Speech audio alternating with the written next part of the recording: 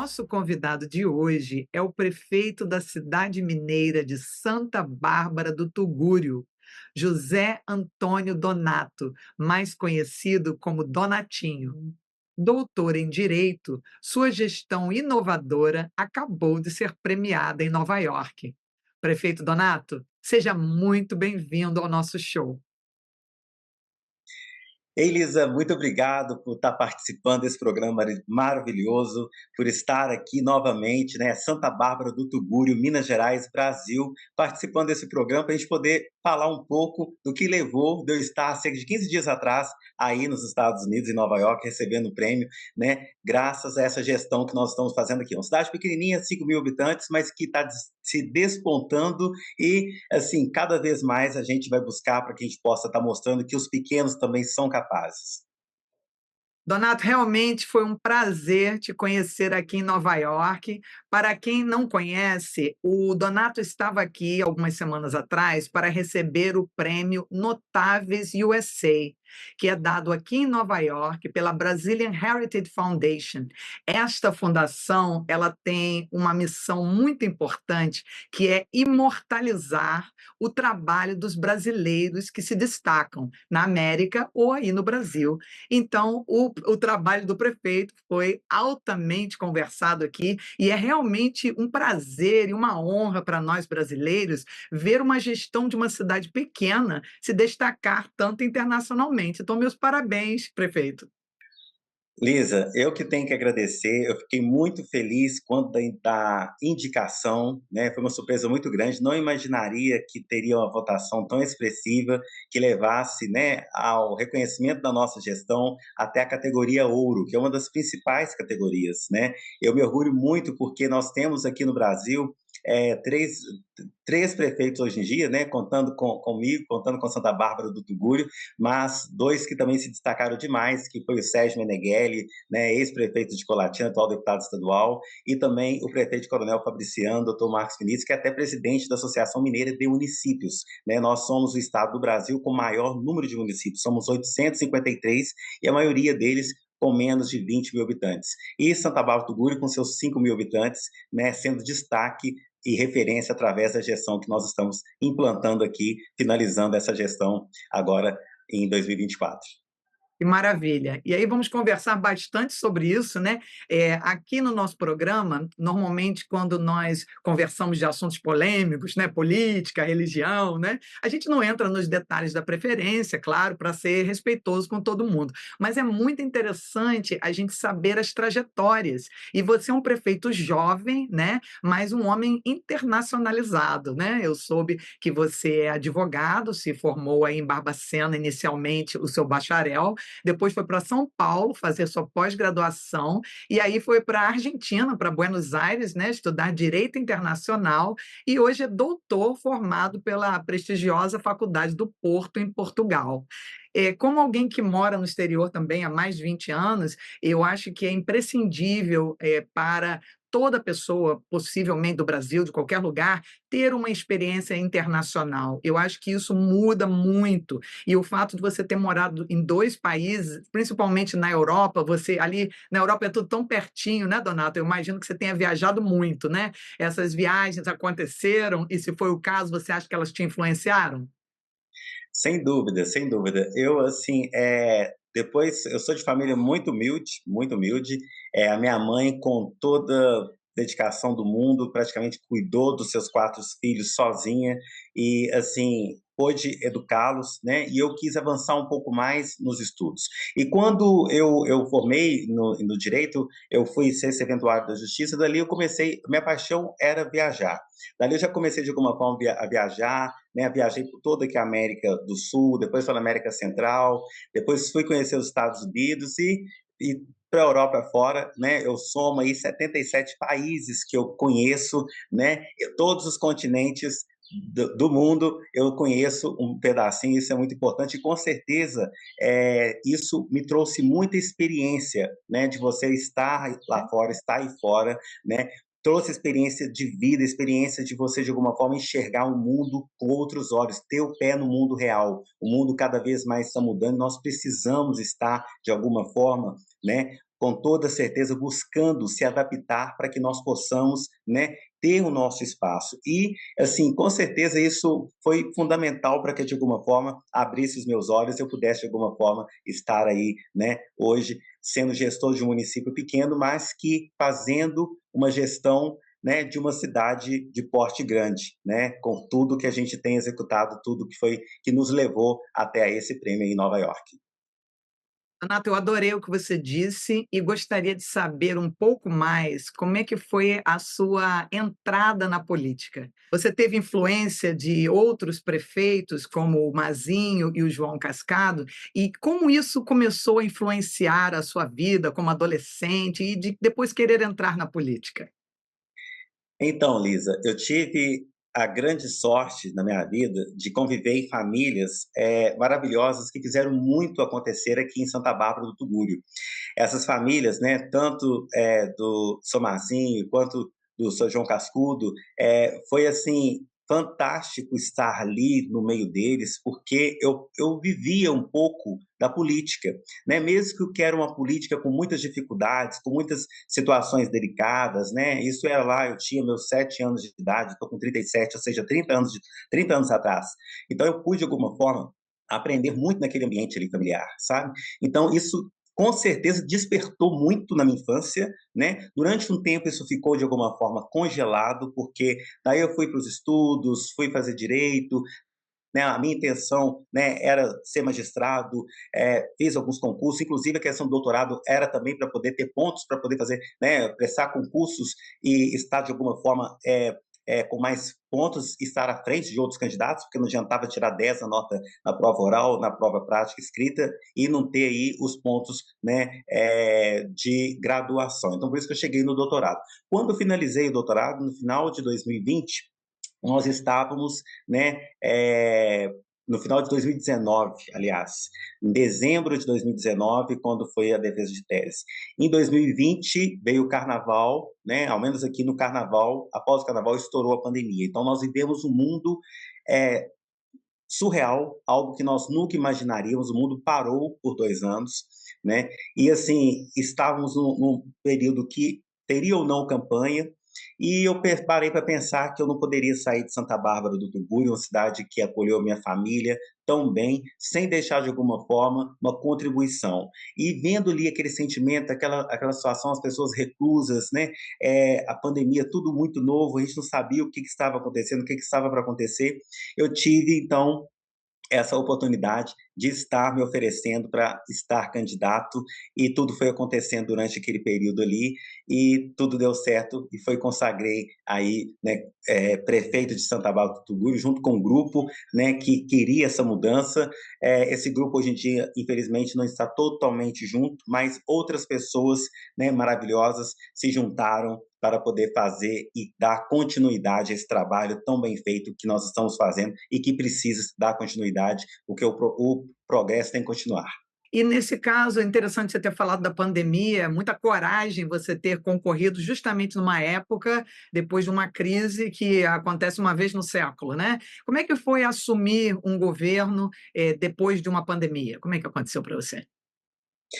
Então, além da questão da pandemia, que era uma questão que todo mundo tinha dúvidas, ninguém sabia, né, o que estava acontecendo no mundo naquele momento ali em 2020. 2021, por exemplo, quando eu já assumi a prefeitura, nós já tínhamos um pouco de conhecimento, as vacinas já estavam saindo, mesmo que de forma, né, bem devagar, mas a gente já estava de alguma forma conseguindo compreender o que estava acontecendo com o mundo.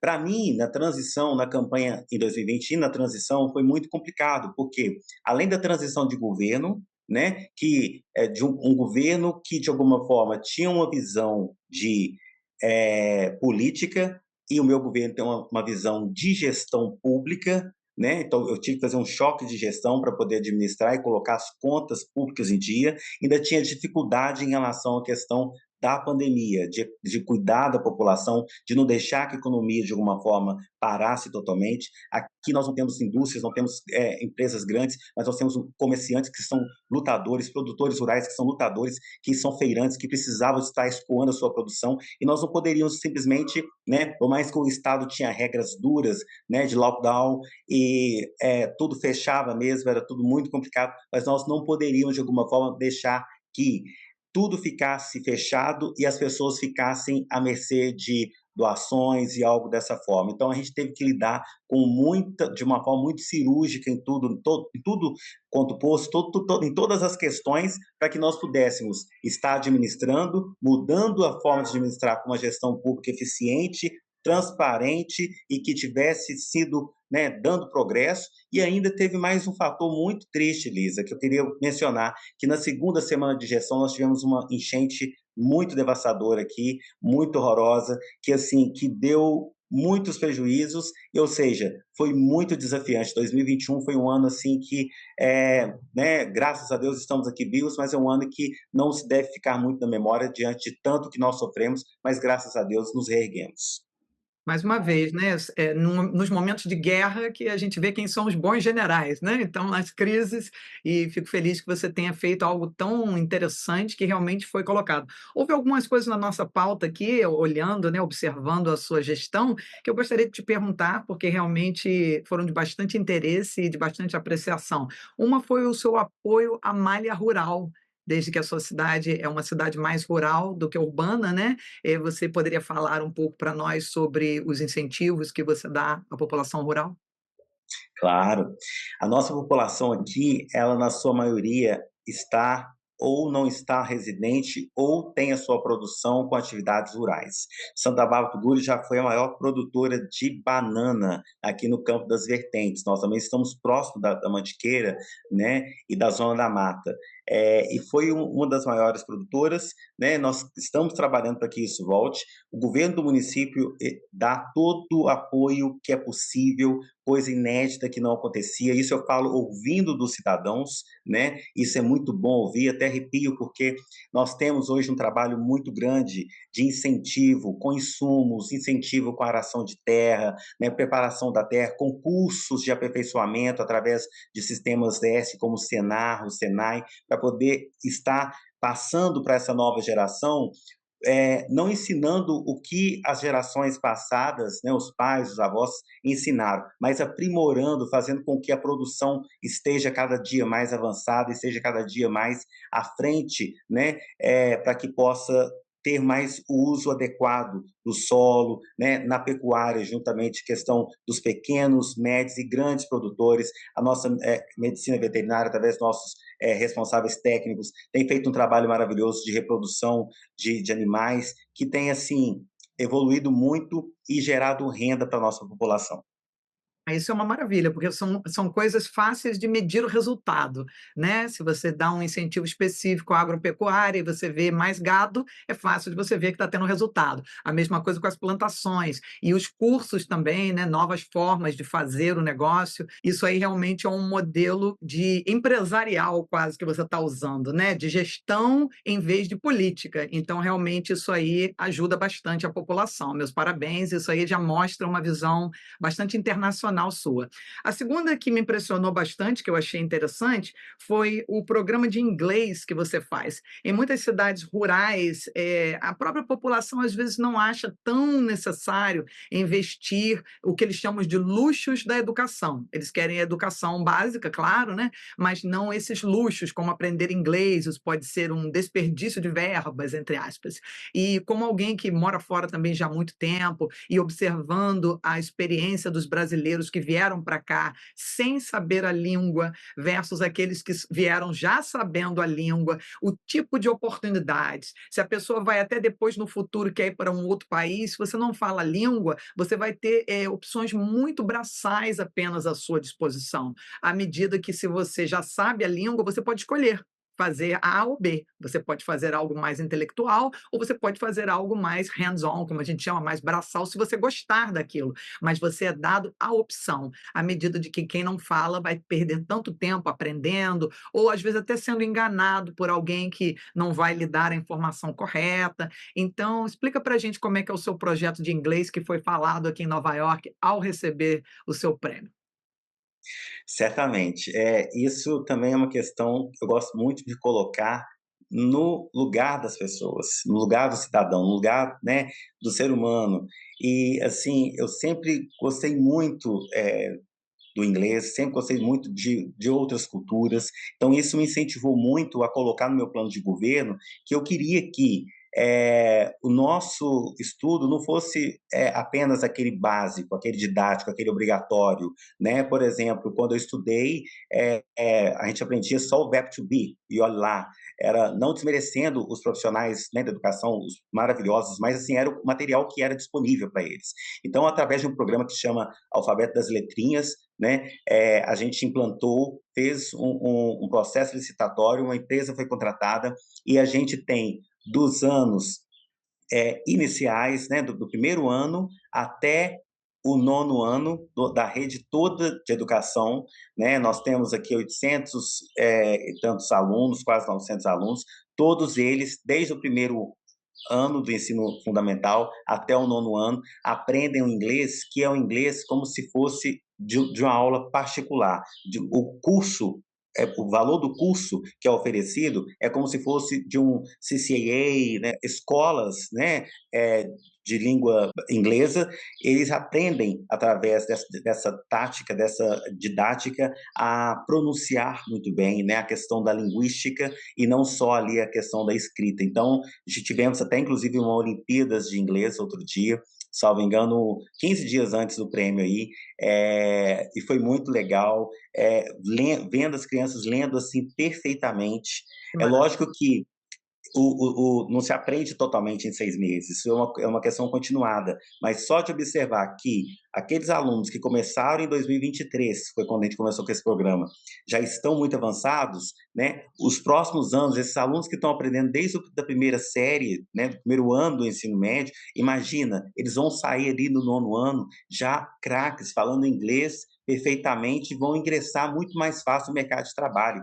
O inglês não é uma questão de luxo, é uma questão de necessidade, é uma língua universal, né? Qualquer lugar, todos esses lugares que eu fui no mundo, né, foi através do inglês que a gente pôde, de alguma forma, conhecer e explorar. Então, não é luxo, não é nada. É dar dignidade, é dar mais conhecimento, e o conhecimento, certamente, é o que faz com que o ser humano, o cidadão, possa procurar ter o seu espaço e o seu respeito em meio à sociedade. Maravilha. E eu aproveito para dar um testemunho pessoal e dos brasileiros que vivem aqui em Nova York. Muita gente, quando está no Brasil, fala: ah, inglês é muito complicado, difícil, pronúncia, tudo invertido. Isso é, segundo os especialistas, esse medo, essa quase fobia de aprender inglês, é de aprender mal na escola. Aquele inglês, como você falou, que é aquele inglês truncado, complicado, que não faz sentido, que não é praticável e que o que está escrito não tem nada a ver com o som falado e não evolui dali. Então as pessoas criam um bloqueio, criam uma fantasia que aprender espanhol é melhor. Só que espanhol não se fala no mundo inteiro e quando se fala, às vezes não é no lugar onde você quer estar. As oportunidades melhores de trabalho e estudo ainda estão, quando estão fora, né, da nossa área aí no Brasil, etc., ainda estão na Europa e nos Estados Unidos. E na Europa você fala uma série de línguas, mas se você falar inglês, você mata todos aqueles países, não é? Você viaja, você morou em Portugal, você pega um trem ali, você viaja, passeia, arranja emprego. Então, realmente gosto de reforçar a importância do aprender inglês, não é apenas qualquer língua estrangeira, é aprender o inglês, tirar o medo, tirar o mito, e aplaudo bastante a sua iniciativa, porque é a língua certa, até também para livros. Mesmo quem é tímido, não gosta de falar, etc., o medo, a vergonha de falar vem dessa educação em que você fala e a pessoa não entende. Já quando você começa a aprender desde o jovem, bem jovem, essa idade que está tudo bem mais fácil, você vai criando aquilo com naturalidade. Mesmo que depois morando fora você ainda aperfeiçoe mais o sotaque ou o que for, mas isso aí ajuda, é um bom início que vocês estão dando para que as pessoas possam ter acesso, hoje em dia com a internet, sites internacionais, livros internacionais, não é só viagem, então o acesso à informação fica ainda bem mais amplo. Donato, qual é a faixa etária contemplada por esse programa seu? Se for considerar, né, igual do primeiro ano do ensino médio, os meninos estão ali com 6 aninhos, 5 aninhos, até o nono ano, vão estar saindo com cerca de 12, 11 anos, 13 anos, né? Alguns são mais adiantados, tem uma categoria de quando pode entrar em certa turma naquele ano ou não, que aqui a gente chama de fora ou dentro da faixa, né? É uma regra da Secretaria Regional de Ensino. E então, se for considerar, nós vamos ter ali alunos de 5, 6 anos até 14 anos, vamos falar dessa forma, que vão estar sendo atendidos e dali eles seguem para o ensino médio e vão sair com essa qualificação tão boa. No Donato, interessante, isso aí que você falou, essa parte do inglês e tudo, isso está dentro da sua alçada, né, do governo municipal. E a parte da educação referente ao governo estadual, vocês têm algum tipo de parceria? Sim, Lisa, muito bom observar e fazer essa pergunta, porque é uma alegria também muito grande para todos nós, e é o que também tem despontado essa forma de fazer gestão, pelo seguinte: infelizmente, antes da gestão Donato, a rede estadual de ensino não tinha, além da questão do transporte de alunos, que é uma obrigatoriedade por lei, não tinha toda a assistência que nós estamos tendo. Eu costumo falar aqui que nós temos uma rede de educação, né? Tudo bem que tem a Secretaria Municipal de Educação, né, a rede municipal, mas eu gosto sempre de frisar da rede de educação, da Escola Estadual Juscelino Benedito de Araújo, onde eu estudei também a vida toda, porque eu estudei, né, os anos iniciais até o ensino médio todo em escola pública, e essa escola, por exemplo, não recebia recursos, não tinha parceria, e quando eu entrei, eu procurei a diretora Marilisa, falei, vamos quebrar esse gelo, não é minha forma de gestão fazer com que eu veja dificuldades que a escola estadual está passando. É lógico que, por mais que seja de competência do governo do estado, eu respeito muito o governador Romeu Zema, o trabalho que ele tem feito no estado de Minas Gerais, que é muito transformador. A gente sabe quantos de milhares e milhares de escolas que se tem para poder estar arrumando. Então, não é também de uma hora para outra. Mas por que não do município não fazer uma parceria e fazer essa contrapartida? Então, essa parceria que nós temos com a escola estadual, a partir dali nós conseguimos, de alguma forma, fazer uma reforma na escola que ficou muito bacana. Nós distribuímos uniformes para os alunos da rede estadual. Nós distribuímos há pouco tempo Chromebooks, que é um notebook de alta geração para toda a rede municipal e para os alunos da rede estadual, que lá atende primeiro, segundo, terceiro ano do ensino médio. Então, e outras coisas mais. Além de ter conseguido com o meu deputado estadual, né, que é o Dorgal Andrada, uma emenda de R$ 1.400.000 para uma reforma geral na escola. O projeto já está pronto, a escola vai ficar linda, linda, linda, linda. Ou seja, nenhum outro prefeito que passou, com todo respeito aos meus antecessores, né, faria dessa forma, simplesmente por questões políticas, por questões de grupos políticos. E para mim não tem grupo político. Agora sim estamos vivendo um momento de grupo político, igual vocês estão vivendo aí nos Estados Unidos na sucessão presidencial. Aqui nós estamos vivendo o mesmo momento na sucessão municipal, que ocorre agora no dia 6 de outubro. Agora sim tem os grupos, mas eu respeito a democracia, mas eu quero acreditar, e tenho ouvido muito, que tem uma Santa Bárbara do Tugulho antes e depois do governo Donato. Isso me engrandece muito, porque estou fazendo nada mais do que obrigação, nada mais do que meu juramento, quando assumi, quando tomei posse, e é fazer e dar dignidade, usar as políticas públicas, o dinheiro público, para todos nós, cidadãos que somos. Muito bem, ótimo, ótimo, ótimo. E falando em investimentos, um das outras os detalhes colocados na sua pauta, né, que você foi premiado, fala dos investimentos, consórcios que você trouxe para a cidade. Você quer falar um pouquinho disso para nós, por favor? Sim, aí eu tenho que falar também dos meus amigos prefeitos da Redondeza, né. Nós temos aqui em Barbacena o prefeito Carlos Duque, que é a maior cidade que tem na nossa microrregião. Barbacena tem 130.000 habitantes, segundo o último IBGE, e os prefeitos da região também, o Marcelo de Antônio Carlos, Ricardo Bestioga, Maiara de Cerro Melo, Leandro de Santa Ilha de Poca, ou seja, nós temos um consórcio de municípios, né? Eu faço parte da presidência de alguns consórcios, ou vice-presidente de consórcio, e temos também associação. O que isso facilita? Isso é uma questão também muito visionária. Tem que ser um prefeito que é visionário, que não é aquele prefeito, por exemplo, que vai querer fazer o melhor no seu município e simplesmente querer aparecer, querer ser melhor do que o outro município. Não, nós trabalhamos em conjunto. Esse consórcio faz com que os programas, né, que nós temos de obras, de infraestruturas, de projetos, possam ser de alguma forma rateados e a gente paga proporcionalmente e assim nós podemos e estamos crescendo juntos e crescendo mais, né? E isso ocorre também com o consórcio de saúde. A gente tem o Cisalve, onde eu estou até presidente do consórcio, de uma maneira até trágica, porque eu estava vice-presidente, mas perdemos um grande amigo que nunca vai me faltar a memória, o ex-prefeito Maurinho, da querida Alfredo Vasconcelos, que morreu drasticamente, né? Até me emociono muito quando falo dele, que para mim é um grande irmão, mas eu sempre vou levar o ensinamento da boa política que ele sempre trouxe para todos nós, e nós nos conhecemos ali e criamos, né, já existiam esses consórcios, mas nós aumentamos a questão desses consórcios, porque nós vimos que através de consórcios e associações, os municípios podem crescer mais, porque vão estar investindo, fazendo rateios de programa, e dessa forma nós vamos estar distribuindo e oferecendo mais para a população, né? Ao invés de eu fazer um processo no município sozinho, sendo que eu tenho um processo no consórcio, por exemplo, que é o CODAMA, na associação, por exemplo, que é a AMA, são as siglas, e a gente pega ali um projeto que já está feito no nível do municípios conforme os nossos, e a gente pega a parcela que nos interessa. Então é muito mais rápido, a gente consegue entregar para a população algo muito mais eficiente, rápido e com uma equipe maravilhosa que trabalha em todos esses consórcios e associações.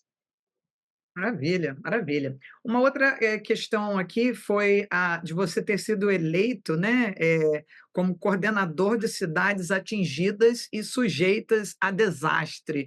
Isso aí é algo realmente fantástico, que um prefeito de uma cidade pequena como a sua seja o coordenador de todo o sudeste, incluindo São Paulo, Rio, Espírito Santo. Então, meus parabéns por isso. Você gostaria de falar para a gente um pouquinho como isso vai ser feito?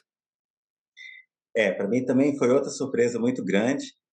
Eu faço parte também, isso veio através da questão da Frente Nacional de Prefeitos. A Frente Nacional de Prefeitos são de prefeitos com cidades com mais de 100 mil habitantes. E, por incrível que pareça, no início de 2022, né, eu já estava afiliado, né, como membro observador dessa Frente Nacional, mas eu fui convidado para ser vice-presidente de igualdade racial. Foi uma vice-presidência que foi criada naquele momento ali, também com questões para buscar questões igualitárias, de igualdade racial, social, e um trabalho que a gente faz junto com o Ministério da Igualdade Racial, e eu aprendi demais, né, estar ali com prefeitos de capitais, prefeitos de cidades grandes, né, então a questão de visão, tudo também que a gente está trazendo para Santa Bárbara é através do know-how que a gente está, né, buscando nesses lugares. Então isso é muito, muito importante, e através disso, através da Frente Nacional de Prefeitos, eu fui, né, escolhido. Santa Bárbara tem, igual mencionei anteriormente, tem muitas precipitações de chuvas, né? Aqui é um vale, então são vários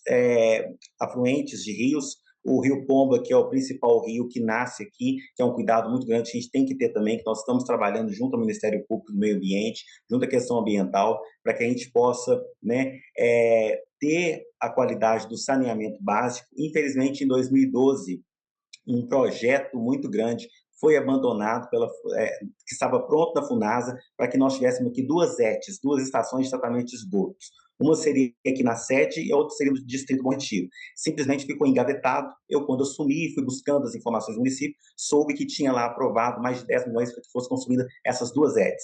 Mas o que aconteceu? O projeto que ali estava posto não jamais caberia, porque passou esses anos todos, quando foi mapeado, foi feito um mapeamento geográfico, né? Casas foram construídas onde ia passar um encanamento e algo do tipo, então não pôde ser utilizado, está sendo reformulado. Nós temos uma preocupação muito grande com o meio ambiente, muito grande com o saneamento básico, inclusive aqui por ser também a nascente do Rio Pomba, que é um rio muito importante no Brasil. E vamos continuar batalhando, né, para que eu, no caso, se for reeleito, né, eu me oferecer novamente para a população, ou para que os sucessores possam fazer isso, porque o saneamento básico é muito importante, está isso aí, as questões climáticas, que estão cada vez mais preocupantes, né? A gente pensava que isso fosse acontecer, quando a gente estudava, a gente pensava que fosse acontecer há muito distante, não, mas adiantou muito e é uma preocupação muito grande. E essa escolha de eu estar representando o CADES foi através, né, de várias articulações, várias reuniões que nós fizemos, e eles perceberam, né, o quanto eu atuei junto com a Defesa Civil, não só do município, mas do Estado e também com o Ministério da Integração Nacional, né, atualmente o Ministério de Desenvolvimento Regional, trabalhando nas questões de chuva aqui em Santa Bárbara. Então, eles perceberam isso e viram que eu poderia ser um bom articulador. Então, eu sou responsável hoje pela região sudeste do Brasil, que engloba aí os 4 estados, né? Minas Gerais, São Paulo, Rio de Janeiro e Espírito Santo. Para mim é uma satisfação muito grande representar os prefeitos dessas capitais e também os governadores dessas capitais nesse conselho tão importante que vai estar aí desempenhando funções para questões climáticas e globais, né, que a gente pode estar muito contribuindo.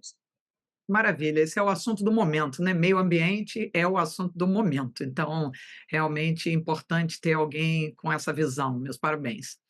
Um outro ponto interessante aqui sobre a sua gestão foi o fato de que, antes de receber os repasses do governo federal, a sua administração consegue pagar os funcionários municipais em dia, o que não é uma coisa muito regular em todas as cidades do Brasil. Você pode explicar para a gente como é que você consegue essa façanha, Donato?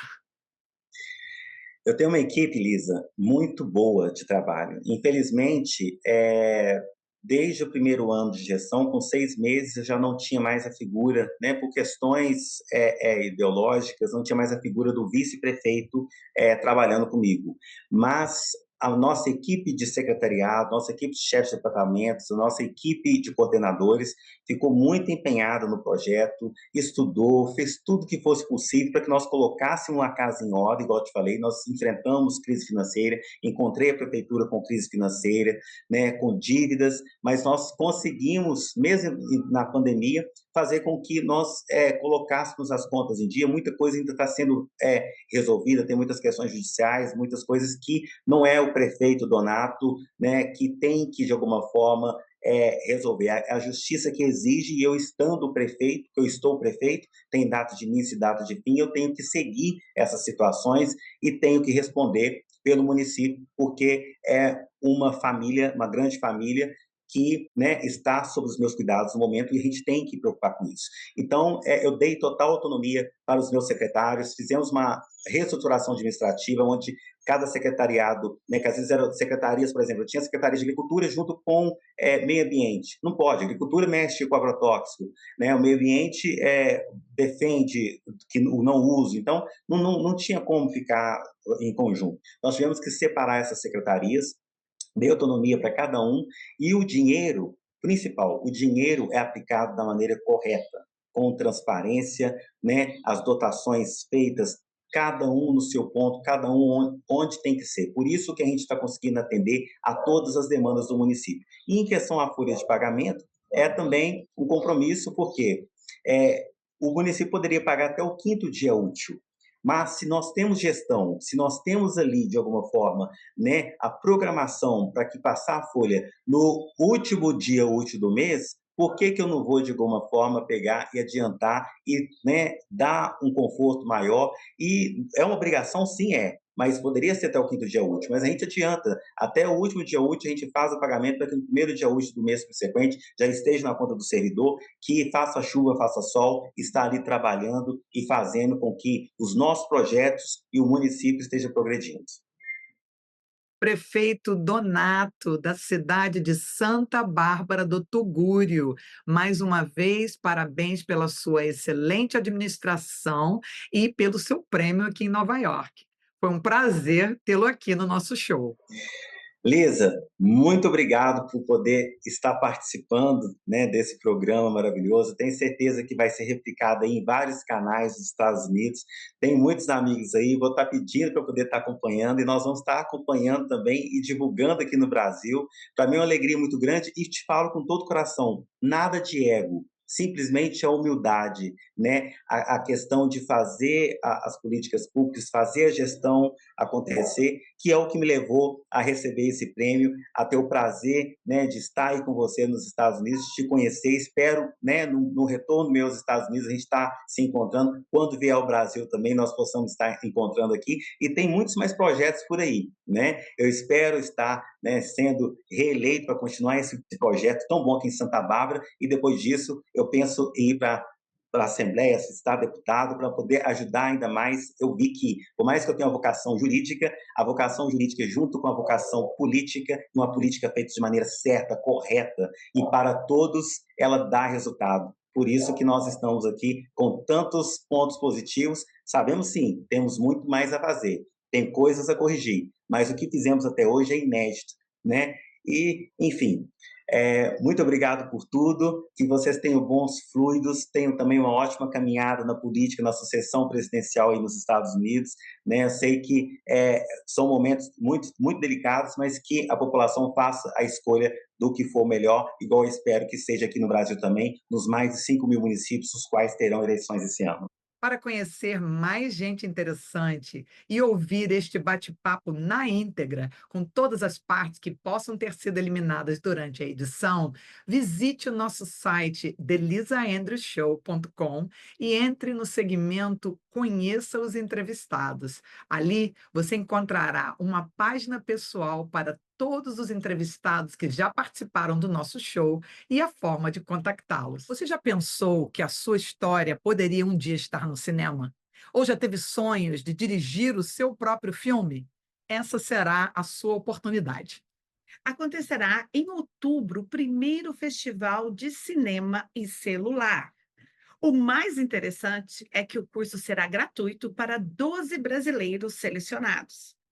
Esta seleção não requer nada de especial, muito menos conhecimento de cinema. Você precisa apenas ser brasileiro, falar inglês e poder vir a este curso que acontecerá em outubro, 3 dias, dias 21, 24 e 28 de outubro, de 3 às 6 da tarde, em Manhattan. O curso será presencial e as pessoas são eliminadas se faltarem. Para se inscrever, basta escrever um e-mail para o endereço aqui e dizer o porquê você deve ser selecionado para participar desse workshop. Este curso é uma criação do professor e diretor de cinema Carl Bardosh. Ele criou esse curso na Universidade NYU, aqui em Nova York, e já o introduziu em diversos lugares do mundo, inclusive a Rússia, a China, e agora quer introduzi-lo para a comunidade brasileira, começando com os brasileiros que moram aqui em Nova York. Esse prestigioso festival começa aqui em Nova York e nos próximos anos se estenderá em todo o Brasil. E a melhor parte, depois desse workshop de 3 dias, os melhores filmes serão selecionados e 3 deles irão para o Festival do Marché em Cannes. Vocês conseguem imaginar? Seu filme em Cannes para ser prestigiado e será exibido num cinema durante o Festival Mundial no início de maio de 2025. Para que pessoas de diferentes camadas sociais tenham acesso a esse festival, 12 pessoas serão selecionadas para este curso que custa milhares de dólares. Então, não percam essa chance de participar. Ao enviar o e-mail, você receberá todas as orientações. Tivemos em outubro e breve em Cannes. Hoje, no nosso segmento cultural, teremos uma matéria muito divertida, diretamente da cidade de Atlanta. Lisa, nós recebemos a indicação de muitos brasileiros de uma loja em Atlanta. Apesar do dono não ser brasileiro, ele é de uma personalidade super interessante. Ele interpreta o personagem super querido, o chapeleiro do clássico Alice no País das Maravilhas. Entrar na loja dele é uma experiência incrível. Confira na nossa reportagem. Hi, welcome. I'm Andrew V. You are now at Rabbit Hole Industries, my love, my mystery view. Welcome to my madness. Hi. So this is my space that we curate, special for everybody's little tickle, whatever that tickle might be. So depending on what your special tickle might be, whether they be stones, toys, everybody needs a little bit of child tickle. I mean, come on, who doesn't like Lego, right? Everybody has fun building. But in every space, there has to be a sacred space. This is my shrine where we hold space. This is my ancestral space. This is how we hold our spiritual part. That's part of my madness. Not everything has to be mutually exclusive. There's no reason spiritual things and Lego cannot exist in the same place, right? So,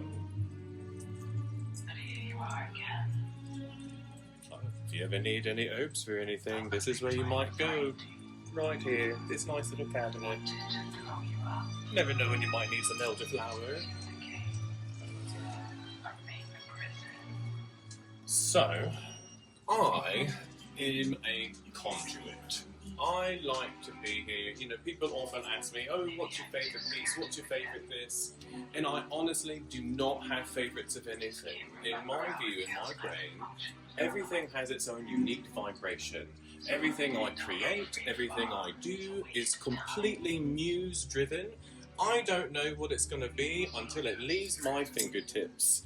And whether it's here for a day or for 10 years, it is for somebody specific. So everything I do is free of any expectation, and it's all just creativity out, and it tickles who it tickles. Alright, so this piece, for example, I made using a lovely little vintage piece from the 1970s. A lot of times a company called Savile Coventry would make things very similar to this, and I paired it with carnelian and agate. Those are great life-dealing stones. Agates are stones of balance, balancing both the yin and the yang, the spiritual and the physical, and carnelians deal with the cycles of life, birth, death, rebirth, times of change and stress. They're really good to meditate with and hold on to. But really great stones together. They're in the kind of the same family. Right. Hi there. And so just remember, the next time you're in Little 5 Points, look for the question mark, because if I'm not making you wonder, I'm not doing my job. Realmente ele é muito engraçado, né, Claudineia? Não é à toa que os brasileiros o adoram, mesmo os que ainda não falam inglês, estão adorando, porque é só a linguagem corporal, só o que ele faz dentro da loja. E realmente a loja é bastante diversificada, bonita, a música também, notei, muito, muito interessante. Muito obrigada por ter curado mais essa reportagem interessante para nós. É isso aí, Lisa. Nos vemos na próxima com mais cultura e diversão. Para saber mais sobre esse super convidado, procure a página dele no nosso site, thelisaandershow.com. E na minha última viagem para o sul, experimentei esse prato maravilhoso. Camarões, canjiquinha branca e um molho espetacular.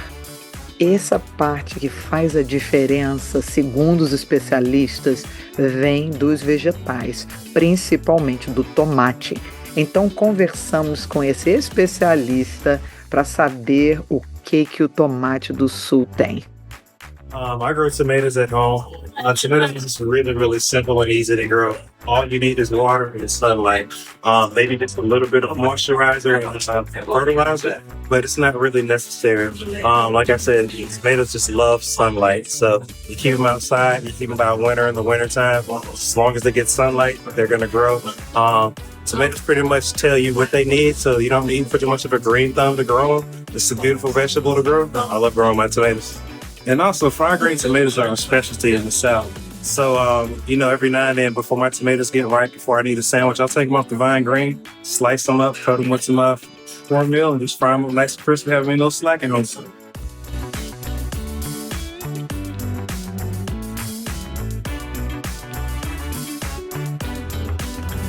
Agora, vamos descobrir o que há de melhor no nosso segmento literário. Nossa reportagem de hoje é sobre a livraria Strand, em Nova York. Fundada em 1927, ela é famosa pelas suas 18 milhas de livros em vários andares e várias estratégias interessantes, como, por exemplo, os livros que são vendidos do lado de fora de 3 a 7 dólares. Há também eventos para os aficionados, como casamentos para os apaixonados por livros dentro da livraria. Mas essa semana eu fui experimentar algo muito interessante, uma super jogada de marketing que pode servir às nossas livrarias brasileiras. O Blind Date with a Book se torna muito interessante no momento em que você pode escolher apenas um gênero, tem uma capa muito legal, pode ter contos, histórias de horror, romances, mas olha que legal, quando você vira, ele está completamente embalado, você não tem a menor pista do que vai ler, você só sabe o gênero. E por isso a sacada de marketing de chamar de Blind Date with a Book é o nome usado, Blind Date, encontro às cegas, para quando você vai a um encontro romântico com alguém que os seus amigos estão querendo te apresentar. Mas a melhor parte do meu dia foi encontrar o Xangô de Baker Street do nosso querido Jô Soares em inglês por apenas R$ 7,50. Agora junte-se a nós para Papo de Mulher, um segmento que fala de trabalho, vida prática, cuidado pessoal e todos os interesses daqueles que amam mulheres, são mulheres, se identificam como mulheres ou querem aprender todos os interesses do universo feminino. Hoje eu estou aqui para falar um assunto dentro da minha pesquisa sobre autoestima que é muito sério e muito triste, mas não dá para não se falar. Eu tenho reparado ao longo de 23 anos trabalhando com autoestima da mulher, em diferentes cursos que eu ensino, que uma das maiores razões para baixa autoestima é um parceiro tóxico do lado. Então, convido vocês a pensarem sobre isso. Principalmente se você está numa fase em que você já não está muito legal, isso pode ser extremamente perigoso. Eu tenho clientes que chegaram muito perto do suicídio porque os seus parceiros não estavam dando aquela mesma atenção de antigamente e, mais do que isso, faziam comentários nocivos, perigosos a respeito de suas aparências, quando muitas vezes nada do que eles estavam falando era verdade. Às vezes, algumas pessoas estão passando por um momento ruim e aí eles resolvem fazer esse tipo de jogo, né? E aí entra a questão dos narcisistas. Eu comecei a conversar com psicólogos a respeito disso e uma das características mais perigosas é a questão do gaslighting. Para quem não conhece, é quando a outra pessoa está errada e quando você reclama de alguma coisa, como neste caso, por exemplo, algumas dessas mulheres estavam reclamando que seus parceiros estavam sendo muito incisivos em críticas, principalmente físicas, e elas estavam se sentindo mal. E aí se arranja uma forma de inverter a situação e parecer que a outra pessoa está errada. Ou seja, mas eu estou falando isso porque você não se cuida, eu estou falando isso porque eu estou preocupado com a sua saúde, você não vê que você está fazendo uma determinada coisa que é ruim para o que quer que seja. Está emagrecendo muito, está engordando, não está cuidando da sua pele, do seu cabelo, você não vê que isso aí é ruim para você. Eu acho que você deveria ser um pouco mais cuidadosa com isso, etc, etc, etc. Então, eu ouvi isso durante muitos anos e agora, com essa questão de um pouco mais de clareza sobre esses papéis sociais, essas doenças mentais, esses maus hábitos, a gente tem mais informação. Então, convido vocês a, uma vez ou outra, pararem para pensar se vocês estão infelizes nos seus relacionamentos, o efeito que isso tem, não só na sua saúde. Eu tive isso muito na minha vida, não só em questão de relacionamento pessoal, algumas vezes estar com pessoas que às vezes não eram as melhores para mim, mas também de empregos muito tóxicos em que trabalhei no exterior em diversos países e pessoas, homens muito machistas, ou pessoas que nunca lhe dão uma oportunidade, ou pessoas que são tipo aquela personagem do Diabo Veste Prada, aquele tipo de patrão que não respeita os seus dias de folga, que sempre acha que você tem que estar ali 24 horas, que é grosseiro. Esse tipo de coisa, eles atacam as suas glândulas. Muita adrenalina no seu sangue e você começa realmente a ter problemas sérios de saúde. Eu hoje tenho um problema imunológico que os médicos, quando eu contei algumas situações que eu passei, profissionais, muitos anos atrás, começando a trabalhar no exterior, ainda garota, a gente atura qualquer coisa, como que isso pode ser prejudicial para a sua saúde e o efeito que isso possa ter. Se ainda você acaba tendo um relacionamento amoroso, que é assim, muitas pessoas reclamam dos pais sendo muito duros, e não só as pessoas jovens, mas pessoas que ainda moram com os pais. Outros reclamam que tem aquele amigo que se diz amigo, mas está sempre te julgando, sempre te criticando. Outros reclamam de ambientes de trabalho em que tem colegas que fingem cooperar e depois eles colocam toda aquela carga que você tem certas incompetências, que você não chega lá só para às vezes tomar o seu lugar ou roubar a sua segurança para que o ambiente seja menos competitivo e eles tenham melhores chances. Então, eu colhi tantas coisas, principalmente agora finalizando meu livro para publicação, e conversando com psicólogos, com terapeutas ocupacionais, se escuta tantas coisas, mas o topo da lista foi o amante, o parceiro tóxico. Então, se estamos falando aqui também de características físicas, e aqui não estamos falando apenas como uma coisa fútil, uma vaidade, é simplesmente como a gente se vê. E a forma, a nossa aparência é o nosso cartão de visitas para o mundo.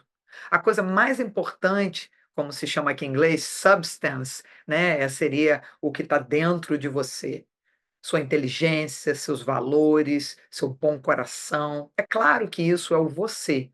A carne vai desaparecer, né? Isso aí, a gente está aqui num corpo emprestado, em que hoje a gente está jovem, amanhã já não está, hoje a gente está bem, está bonito, está saudável, pode ter um acidente, ó, vai assim. Então, com minhas próprias enfermidades, trabalhando com pacientes com câncer, eu vejo muito essa volatilidade da vida. Mas, acima de tudo, eu vejo que esses relacionamentos que as pessoas se envolvem começam a trabalhar na sua cabeça e na sua saúde de uma forma que podem sim levar ao suicídio, podem sim levar ao abandono total. Ah, você já me acha feio? Então eu vou parar de comer, eu vou comer mais, eu vou parar de exercitar, como se a gente precisasse tanto daquele suporte. E é claro, nós somos seres sociais, a gente precisa de que o grupo, né, nos apoie, nos endorse, nos elogie, mas a pessoa que lida com a gente dentro de casa é muito importante. E dentro de todas essas pessoas importantes, no caso físico, houve muitas pesquisas com homens, com mulheres, e a opinião do seu parceiro romântico sobre você determina muito da sua opinião sobre o seu físico. Se aquela pessoa não te acha mais atraente, raramente você vai conseguir se achar.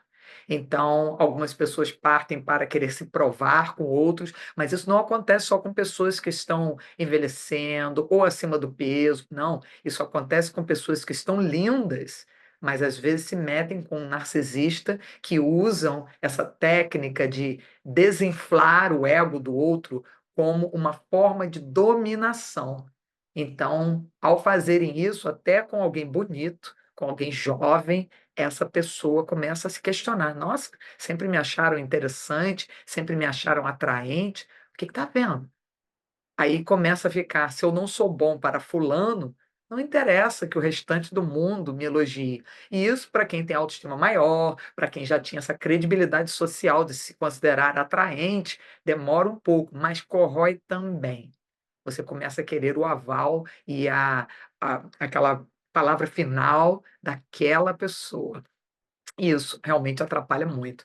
Então, para os que estiverem interessados mais no assunto e como testar se vocês podem estar envolvidos com uma pessoa que é o típico morde e sopra, tem pessoas que estão bem assim, bem na cara, que são tóxicas, e outras já são dissimuladas, são inteligentes, elas te enrolam, elas uma hora são maravilhosas, na outra elas já vão fazendo o que querem e você fica um pouco na dúvida.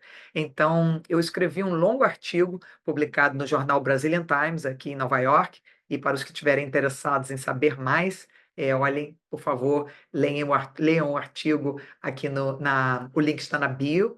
E se tiverem mais interesse nesse tipo de assunto, escrevam mais aqui nos comentários e eu trarei especialistas para discutirem o assunto e algumas outras coisas específicas sobre terapia fotográfica, que é a minha área de atuação, que podem lhe ajudar a trabalhar um pouco melhor com essas pessoas, se você está num ambiente tóxico, como que esses recursos audiovisuais podem tentar te ajudar se você está sendo bombardeado por pessoas te dizendo que você não está legal, como que você pode ver o outro lado da moeda e acreditar nisso. Então, como a gente usa essas ferramentas para o autoauxílio, até que você possa estar fora disso e, obviamente, procurar um pouco mais, ajuda um pouco mais aprofundada, que todos que passam por isso normalmente precisam. Psicólogos e terapia ocupacional, grupos de apoio. Então, como eu escrevi no artigo, se você está numa situação dessas e identificar isso, não importa o amor envolvido, isso irá te afundar. Então não faça como o capitão do Titanic, que segurou ali no barco e disse: bom, está perdido, eu vou afundar junto com o barco. Não. Quando a ajuda vier, os botes salva-vidas, embarque sem olhar para trás. Chegamos ao final de mais um programa e gostaria de agradecê-los pela audiência. Nosso programa tem um setor de produção, onde, se você acha que conhece alguém que tem uma entrevista interessante ou um assunto relevante para a sua comunidade, por favor, entre em contato conosco. Estamos aqui para ajudar. Até a próxima.